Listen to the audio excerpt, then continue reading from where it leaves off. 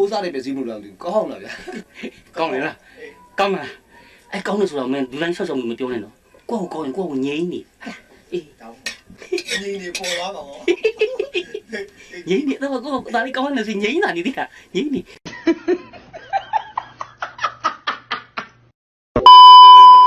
ကျွန်တော်နာမည်ကျော်ကြီးပါ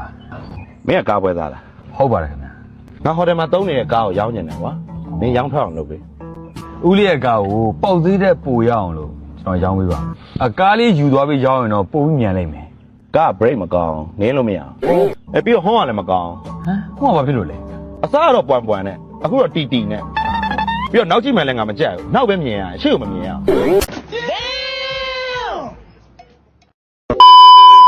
ယောက်ျားလိုချင်လို့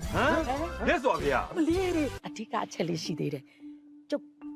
ကလေးလိုချင်တယ်အဲ့ဒါရနိုင်လား ကြီးတော့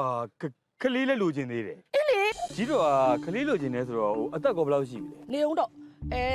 လာမဲ့နေုံလာစမ်း3ရက်နေဆိုလို့ချင်ကျုပ်60တင်းတင်းပြည့်ပြီ 60 အေး အသက်60ပြည့်တာကိုကလေးကလိုချင်သေးတယ် ဟုတ်တယ်လေတော့ဘာဖြစ်လို့တော့ ဒုက္ခပဲ ဘာဖြစ်လို့တော့အား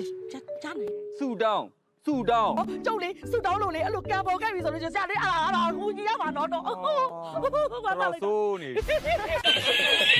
အေး